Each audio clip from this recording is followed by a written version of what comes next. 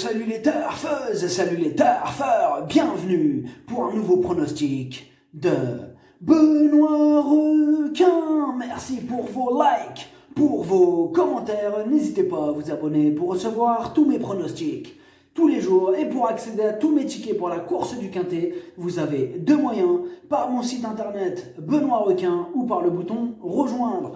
Ok, place au pronostic du Quintet du jeudi 29 avril, direction Compiègne pour le prix Gaston Branner.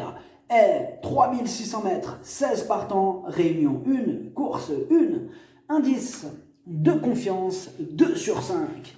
Ce Quintet est ouvert sans compter les risques de chute, de glissade, de bousculade. Ils sont nombreux à pouvoir profiter des possibles chutes de chevaux en vue pour venir pimenter les rapports. On va voir ça ensemble. Petit retour sur le Quintet du mercredi 28 avril. Dans mon pronostic, je vous ai donné le tiercé, le quartet, le Quintet. Mais dommage que Décoloration le 15 n'ait terminé qu'à la 6e place. Et en effet, un crack monnaie le 6, il est revenu au top de sa forme.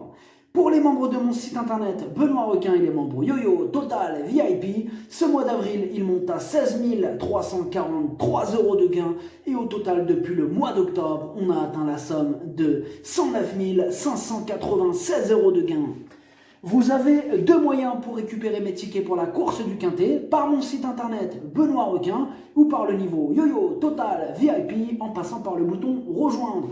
Ok, c'est parti, on commence le pronostic et on commence avec le numéro 1, Martator. Il vient de bien se comporter au niveau groupe 3. Ici, il redescend de catégorie et même en devant porter le plus gros poids, il a une belle carte à jouer. On écoute Joël Boinard. Martator a effectué une bonne rentrée mais a montré qu'il était un peu en dessous des meilleurs. Dès lors, malgré une lourde charge, je fais un essai à ce niveau. Il a déjà montré une belle aptitude au tracé de Compiègne et avec une course dans les jambes, il devrait pouvoir montrer son meilleur visage. J'en attends une bonne prestation. Le numéro 2, Chichi de la Vega. Il a été pénalisé de 5 kg sur sa dernière victoire. Bon, résultat, une 4e et une 6e place au niveau qui nous intéresse. Il aurait préféré du terrain lourd, mais il a les moyens de se mêler à l'emballage final. Et on n'écoute pas son entraîneur, en fait, on n'a pas les commentaires de l'entraîneur du numéro 2. Le numéro 3, Caruso de Gruchy.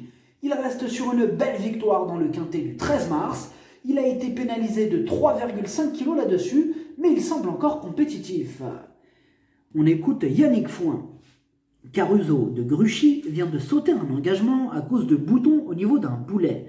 Tout est rentré dans l'ordre. Il me semble dans des dispositions semblables à celles qui étaient les siennes lors de son succès du 13 mars dernier. Ce qui change, c'est sa valeur, revue à la hausse, le tracé de Compiègne qu'il va découvrir et l'état du terrain qui s'annonce moins souple que ce jour-là. Le numéro 4,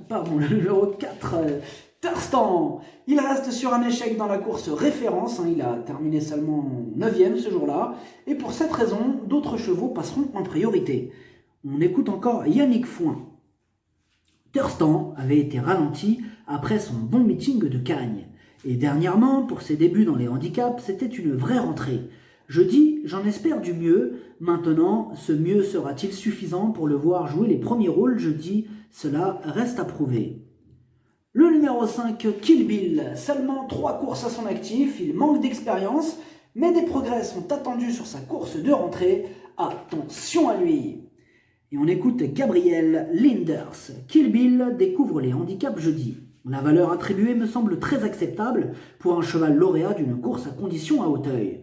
Pour sa rentrée, ce cheval froid le matin ne m'a pas déçu, d'autant que mes pensionnaires étaient un peu moins bien en cette période. Il est bien monté sur sa course et serait avantagé par l'arrivée des pluies.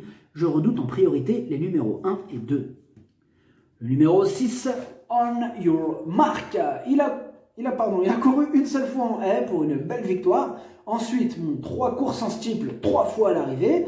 Pour son retour en haie, il peut faire mal. On écoute Michael Serror. On Your Mark revient en haie car c'est plus une question d'opportunité d'engagement. Si cela se passe bien, il y a pas mal de quintets à courir. Cette tentative m'en dira plus, mais dernièrement, il m'a vraiment plu. Je le crois capable de finir à l'arrivée.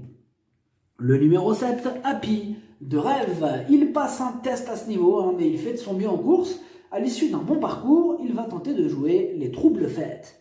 On écoute Bertrand Lefebvre. Happy de rêve s'est bien défendu dans une course à condition en dernier lieu. Il a fini 4e sur 5 et malgré cela, il a été pénalisé de 4 livres. J'espère que le handicapeur aura raison et j'espère le voir bien courir. Même s'il n'a pas encore gagné, il détient de l'expérience et est resté dans un bel état de forme. Je serai satisfait de le voir terminer à l'arrivée. Le numéro 8, Colbert Duberlet. Il reste sur une belle 2e place dans la course référence. Il connaît cet hippodrome, il va en faire souffrir plus d'un sur sa route. Et on écoute Marcel Roland. Colbert Duberlet vient de bien confirmer à Auteuil. Il a déjà bien couru à Compiègne, alors j'espère qu'il va réitérer. Ma seule réserve concerne le terrain que j'espère pas trop sec. Le cheval est resté en belle condition et devrait bien courir. Il me semble avoir la marge nécessaire. Le numéro 9, Rimfire. À ce niveau, en 2 essais, il a échoué 2 fois. Il retente sa chance délesté d'1 kilo, mais on demande à voir. On écoute Sylvain Déhez. Rimfire a calé dernièrement sur une piste peut-être un peu trop rapide à son goût. Il n'a pour le moment pas encore brillé pour ses 2 premières sorties dans les quintés. J'insiste toutefois dans cette catégorie. Tout d'abord, car il retrouve cette fois la piste de Compiègne sur laquelle il avait bien fait l'an passé, et de plus, sa situation au poids s'améliore et on annonce peut-être un peu de pluie. Le numéro 10, Barbadin. Ce sera son premier quintet plus, il a montré d'évidents moyens et ses limites sont inconnues, c'est mon principal casseur de tickets repéré. Et on écoute Didier Prodhomme. Barbadin court bien dernièrement pour sa découverte du tracé de Compiègne. Il n'a pas été trop gaucher ce jour-là, ce qui nous a rassurés. Jeudi, c'est son premier handicap et il tombe dans le quintet. Il peut manquer d'un peu d'expérience en course, mais c'est un cheval qui a de la classe de plat et du fond. Le numéro 11, Martin Spirit, il est archi-régulier, il fait quasiment l'arrivée de toutes ses courses. Il vient de terminer 3e du prix général de Rougemont, qui est notre course de référence. Il s'annonce redoutable. On écoute François Nicole. Martin Spirit a bien récupéré et me semble apte à confirmer. D'autant que le changement de tracé par rapport à sa dernière sortie ne devrait pas le dérouter, car il s'est déjà bien comporté sur le parcours de Compiègne. Le numéro 12, Jarry Wells. C'est une rentrée, on ne l'a pas revu depuis le mois de décembre. Il passe en même temps un test à ce niveau, tout ou rien. On écoute Laurent Viel. Jarry Wells est un poulain sérieux qui a eu droit à quelques semaines de vacances après le meeting canois. Jeudi, ce sera une reprise de contact et en première épreuve, cela me paraît un peu compliqué pour une rentrée. Il aurait été mieux situé en 2e épreuve. Ici, il mettra à profit son petit poids et tentera d'accrocher une place. Le numéro 13, Marvelina Digeo. Pour elle aussi, c'est une rentrée, on ne l'a pas revue depuis le mois d'octobre. Dans ce quintet ouvert, elle fait partie des possibles troubles fêtes. Elle a sa place dans un champ réduit. On écoute Arnaud Chaillet-Chaillet. Marvelina Digeo avait fini bonne 3e dans un handicap à 3 ans. J'ai longuement hésité avec un engagement à Bordeaux. Elle me semble prête, raison pour laquelle je prends le risque ici. Le numéro 14, Nayak, il a été arrêté lors de ses 2 dernières courses. Là, il retente sa chance délesté d'1 kilo. Surprise possible. On écoute Mademoiselle Daniela Mel. Nayak travaille comme un champion à l'entraînement et j'ai été déçu de sa course de rentrée. Je n'ai pas de véritable explication à part le fait qu'il s'est montré un peu coquin. Il portera des œillères australiennes du coup. Il a besoin de me rassurer, s'il fait la valeur qu'il fait le matin, il devrait prendre une allocation. Le numéro 15, Basmachi. Il a couru 3 fois en haie, un premier échec, suivi d'une victoire et d'une 3e place. Ce sera son premier handicap et il va tenter de bien faire d'emblée. On écoute David Cotin. Basmachi est en excellente forme. Je pense que pour ses débuts dans les handicaps, il est pris à sa juste valeur. Avec son expérience en plat et ses 3 parcours en haie, il ne devrait pas être dérangé par le nombre de partants. Il porte 64 kg sur le dos, je lui vois une chance pour les places.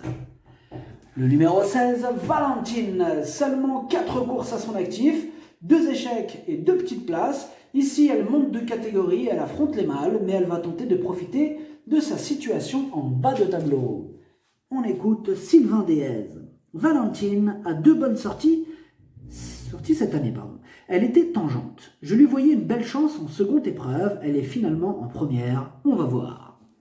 Le pronostic, ça donne 11, 8, As, 15, 3, 5, 6, 2, cheval de complément le 10, si jamais il y a un autre nom partant et ça peut arriver, le 7. Merci d'avoir suivi cette vidéo. N'hésitez pas à vous abonner pour recevoir tous mes pronostics tous les jours et pour accéder à tous mes tickets pour la course du Quintet, vous pouvez passer par mon site internet Benoît Requin ou par le bouton rejoindre sur le niveau YoYo Total VIP. À jouer avec modération. Bonne chance. Chopez-le moi. Ciao.